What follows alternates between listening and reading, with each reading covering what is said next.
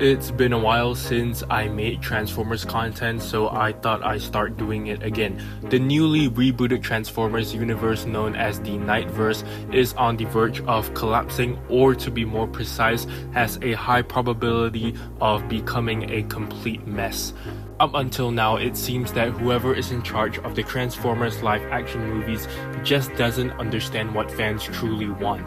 Audiences crave live-action films entirely based on and set in Cybertron, where the primary focus is the lore and the Transformers themselves, zero human interference.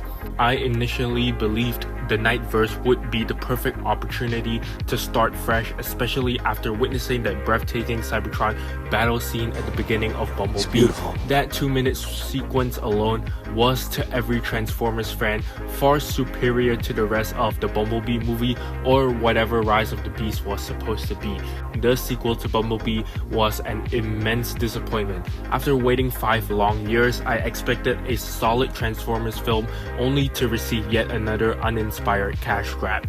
That Cybertron sequence showcased the perfect depiction of Transformers factions clashing against each other, set against a beautifully designed CGI backdrop without the unnecessary presence of human soldiers absurdly taking down Decepticons or a single protagonist defeating a Transformer by himself. I genuinely believe the Knightverse would be different from the Bayverse, offering action sequences featuring only Transformers and finally moving away from centering the plot around humans. At least I'm grateful for the improved designs. The Transformers now resemble their G1 counterparts more accurately. The extra touch of color breathed life into them, making them feel like distinct individuals with unique personalities. This extends to the Decepticons as well, who previously suffered from the Bayverse dull, monotonous color scheme, making them feel like disposable minions. Perfection. However, instead of exploring the war between the Autobots and Decepticons in depth, the filmmakers chose to push the Decepticons aside entirely, as if they were an afterthought. Instead, they introduced new antagonists and supporting protagonists who contribute nothing to the Autobot-Decepticon conflict, which should have been the central narrative focus for the years to come. If the newly introduced Maximals were meant to be relevant to this war, the next few films would need to center around an artifact or enemy tied to them, consequently diverting attention away from the Autobot-Decepticon war. This is not what audiences want. Rise of the Beast ultimately felt pointless, like a film that had no reason to exist.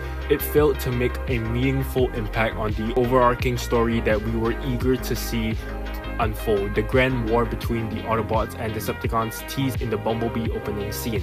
That being said, I could have overlooked this if the movie had at least been well written. However, Rise of the Beast was nothing more than a generic cash grab, following the exact same storytelling format as the Bayverse films. I wasn't just disappointed, I was infuriated. They completely butchered designs, particularly Wheeljack, and the tone took a nosedive into child-friendly territory, a stark contrast to the darker, more serious tone of the earlier Bayverse films. Villains like 2007's Megatron and Sentinel Prime exuded menace and power, making the stakes feel genuinely high. Even the humor back then was actually funny rather than the cringe-inducing forced comedy we got in Rise of the Beast. This is just a brief rant on a fraction of the problems that plagued Rise of the Beast. I could go on much longer, but you get the point. The movie was an absolute disaster, failing at almost every level and becoming exactly what Bayverse critics dreaded. The very people who advocated for the Knightverse insisted that it would reshape the Transformers franchise. They complained about the hideous, uninspired designs of the Bayverse and the excessive focus on humans, and yet Rise of the Beast ended up being nothing more than an even worse version of a Bayverse film. You're just a cheap fucking knockoff. Look at the budget difference. Rise of the Beast had the same budget as Dark of the Moon, yet the stark contrast in box office performance and writing quality speaks for itself. It even had a higher budget than Bumblebee and still lost at the box office. The Transformers franchise salvaged itself with Bumblebee after the catastrophic failure of The Last Knight, only to self-destruct again with this monstrosity of a film. Now, this movie alone won't necessarily doom the Knightverse, but if they don't get their act together, the entire rebooted universe is in some serious jeopardy. Sure, they've set up some intriguing elements such as Unicron as the endgame villain, but once again this detracts from the Autobot-Decepticon war. And yes, I keep emphasizing this point because we still haven't seen a proper full-fledged depiction of this war in the new universe. The Autobots and Decepticons are the quintessential opposing factions. Before moving on to other villains, this conflict must be done justice. And then there's the Gi.joe crossover, which is hands down the most atrocious idea they could have possibly come up with. And unfortunately, it's been confirmed to be happening.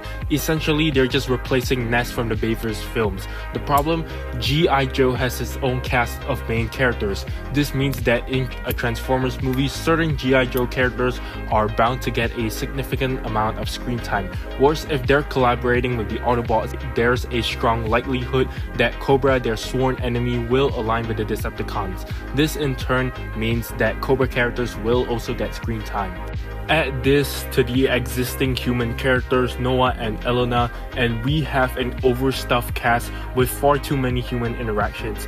And to top it all off, there's a real chance that The Rock could be in the movie, and as we all know, he's a terrible actor who plays the same character in every film. This entire crossover reeks of disaster, ensuring that once again humans take center stage instead of the Autobots. I don't know what Paramount was thinking when they greenlit this garbage plan, but it's clear that they haven't learned from their past mistakes. Transformers 1 was proof of what live-action Transformers movies should have been, and we may not even get a sequel to it due to its box office performance. The Knightverse should have done a prequel after Bumblebee, exploring the war on Cybertron rather than the origins of Optimus and Megatron. The film's final minutes could have transitioned into the opening scene of Bumblebee, linking everything together. The movie could have concluded with the scene of Optimus escaping from the Decepticons he was surrounded by in Bumblebee, setting the stage for the events of Bumblebee. Then and only then would it have been appropriate to explore the origins of Megatron and Optimus with Transformers 1 in animation. Following that, they could have finally moved forward with Earth-based stories, building Unicron as the ultimate antagonist. The first movie set on Earth should have focused solely on the Decepticons tracking down the Autobots, leading to all-out warfare while keeping human involvement to an absolute minimum.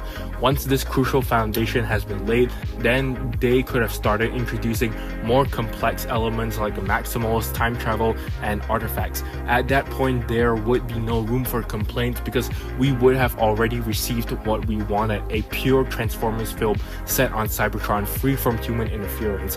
Another glaring issue with Rise of the Beast was the lore, or rather the complete lack of clarity regarding it. The Maximals are supposed to be from the future, yet the movie never explicitly establishes this. Their origins and purpose were handled in an incredibly lazy manner or outright ignored. The same applies to the Terracons. While we do have some momentum in terms of lore, Unicron has been confirmed, as well as Primus, the god of Transformers. These are just the basics that every Transformer movie introduces.